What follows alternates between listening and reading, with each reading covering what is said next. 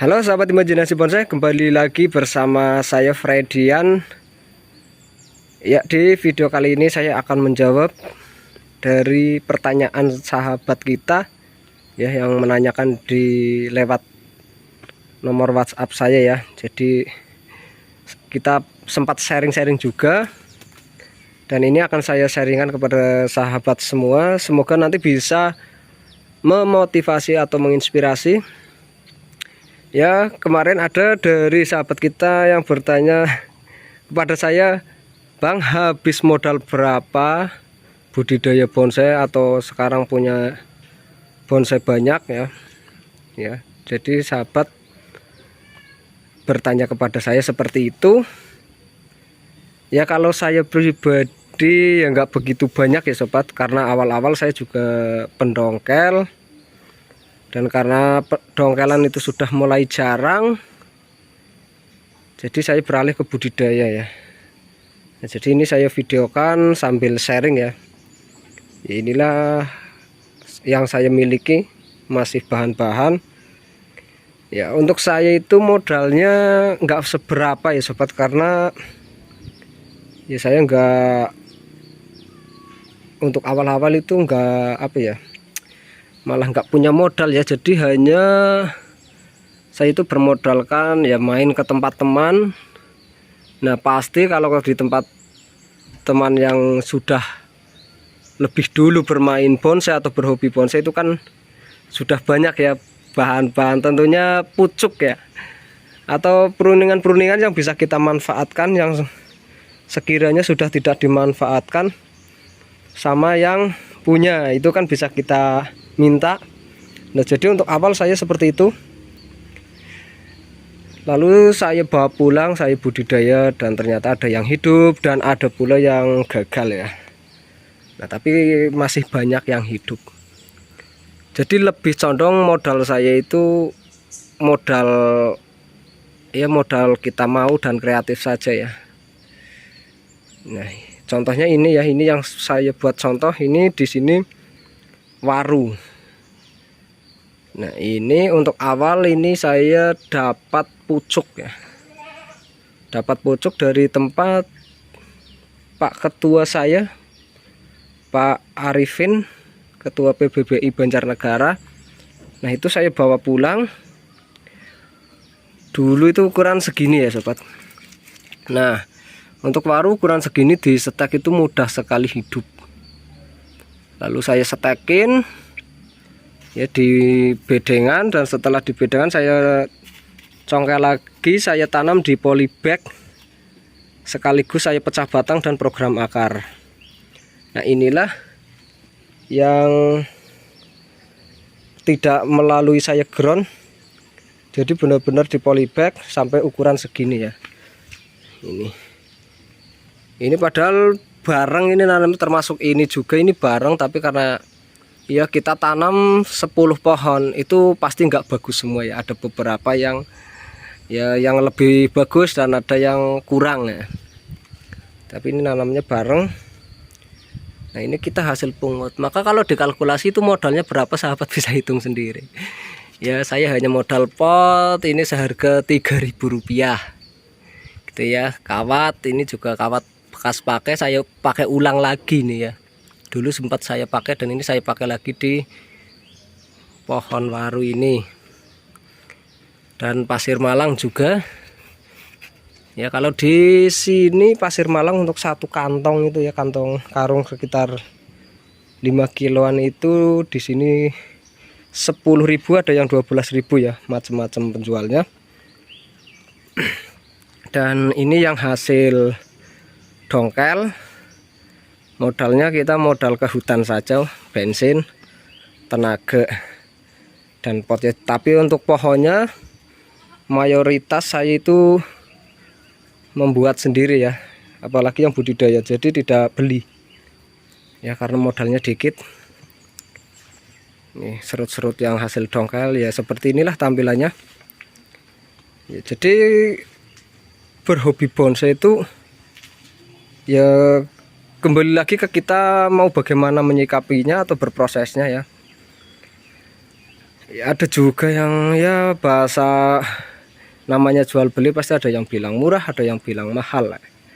Yang namanya pembeli pasti biasanya bilang mahal dan penjual pasti bilangnya murah. Itu lumrah dijual beli seperti itu. Saya sudah tidak kaget ya. Tapi kalau untuk berhobi bonsai atau kita mau beli bonsai, yaitu bahasa murah dan mahal itu bagaimana kita menyikapinya ya.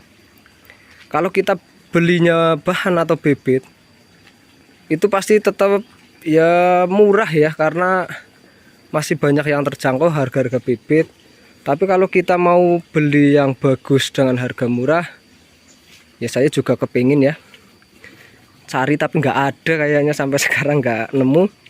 Pengen banget beli yang bagus harganya murah, bonsai yang bagus gitu ya maksudnya.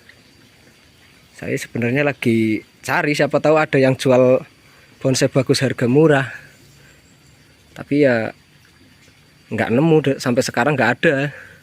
Kemungkinan kalau sahabat ada yang sudah dapat, nah itu berarti rezeki sahabat itu ya. Beja, beruntung ya, beruntung. Itu jangan hanya karena nggak punya uang dan bonsainya harganya mahal pengen punya yang bagus, ya kita jangan putus asa, kita bisa buat kok ya. Kita belajar, berproses dari nol, nah maka nanti tahu bagaimana rasanya kita berhobi bonsai yang berproses dari nol. Dan nanti juga ada jawaban kenapa bonsai yang bagus itu kok harganya mahal ya, karena di pinggir jalan di sini banyak motor ya. Padahal saya di pegunungan tapi masih banyak motor yang lewat juga ya nih. Nah kalau yang jenis ini saya lah beli ya sobat. Awal beli karena di hutan nggak ada, dan kalau mau minta pun karena di kota saya khususnya ya, teman-teman itu kan juga beli, masa saya minta aja. Dan juga kalau di setek ini bisa, tapi nggak enak juga karena ini dulu harganya sangat lumayan. Ini jenis Lohansung Qingchuan ya, Qingchuan. Dulu harganya sangat lumayan pas saya kepingin. Nah akhirnya saya coba beli bibit. Nah sekarang sudah ya, karena entah ini padahal subur, tapi apa memang karena jenis ini pertumbuhannya lambat ya sobat. Jadi ya masih seperti ini, biarpun sudah rimbun nih, rimbun ya, itu rimbun, tapi masih ukuran sejempol. Dulu sih belinya kecil ya, kecil, tapi harganya ya mantap lah ya. Ya saya nggak bisa bilang mahal, juga nggak bisa bilang murah ya, karena saya kepengen ya. Kalau saya rasa masih mampu ya maka saya beli juga ya. Tapi biarpun saya pengen, kalau kiranya harganya sudah tidak mampu, memang saya tidak mampu ya, maka saya tunda. Seperti itu ya sobat. Jadi saya juga tidak akan bilang ke penjualnya ini terlalu mahal atau terlalu murah. Kalau kiranya memang uang saya nggak cukup atau saya nggak berani ya, sementara ditunda dulu ya, seperti itu ya. Tempat saya berantakan, dan sebelah itu buat tuh jemur pakaian juga, hebat itu, hebat ya. Jadi seperti itu ya sobat. Semoga bisa sedikit memberi gambaran buat sahabat, atau menginspirasi atau memotivasi ya. Ini ada ya, kalau saya ada yang beli tapi hanya beberapa. Kebanyakan saya budidaya sendiri karena ya budgetnya sedikit ya sobat, di sekitaran rumah saja. Yang penting kita tanam ya, namanya petani ya, petani ya kita buat bongkolnya saja dulu. Ini ya, ini juga sudah gede-gede, ternyata tanam dari kecil. Kalau kita langsung saja eksekusi ya, jangan banyak mikir A B C D. Kalau sudah punya bibit langsung tanam saja. dimana ada kesempatan lahan kosong ya, tapi kalau milik sendiri ya, kalau milik tetangga ya diminta izin, siapa tahu boleh ditanam ini. Dari bibit ukuran segini ya, ukuran segini juga belum ada 2 tahun kita sudah punya bahan-bahan bonggol ya sobat. Meskipun masih los, belum dibentuk ya, yang penting kita jadi sudah punya, ada yang diharapkan gitu. Nah ya, jadi bibitnya dulu saya tanam dari kecil, bibitnya juga masih banyak ya, karena saya pokoknya berproses terus. Oh ya, kemarin ada yang tanya kenapa nggak dicangkok ya, ada yang tanya ini, ada kemarin ada video yang langsung saya potong. Cangkok tahu sih sangat lama sobat, sampai 4 bulan itu baru tumbuh. Biasanya cuma tumbuh akar sebelah itu kalau dari cangkok, apalagi di cuaca dingin itu sudah lama, nanti tumbuh akarnya juga kurang bagus.